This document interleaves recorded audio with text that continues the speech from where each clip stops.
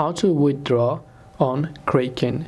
So depending upon whether you want to withdraw what kind of money that you have, so maybe you're trying to withdraw or deposit of a crypto from one wallet to another, which means you want to withdraw your crypto, or whether you want to withdraw your real currency, which in this case is fiat currency. Based on what you want to first open up the Kraken app and simply make sure that you're signed into your account. Once you sign into your account, this is the interface that you should be able to see. Now once you're here, what you want to do is tap on the portfolio icon from the bottom right of the screen. Once you tap the portfolio icon, you can see the deposit option, and beside that you will also find the withdraw option.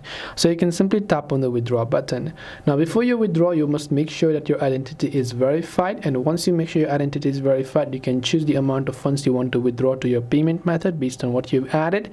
And once done, and once you confirm the transaction, all your funds will be withdrawn to the other account. This way you will be able to withdraw from Kraken. I hope that this video helped you out. If you have got any further questions, feel free to leave them down in the comments below. Thanks for watching as always, and see you soon in our next video.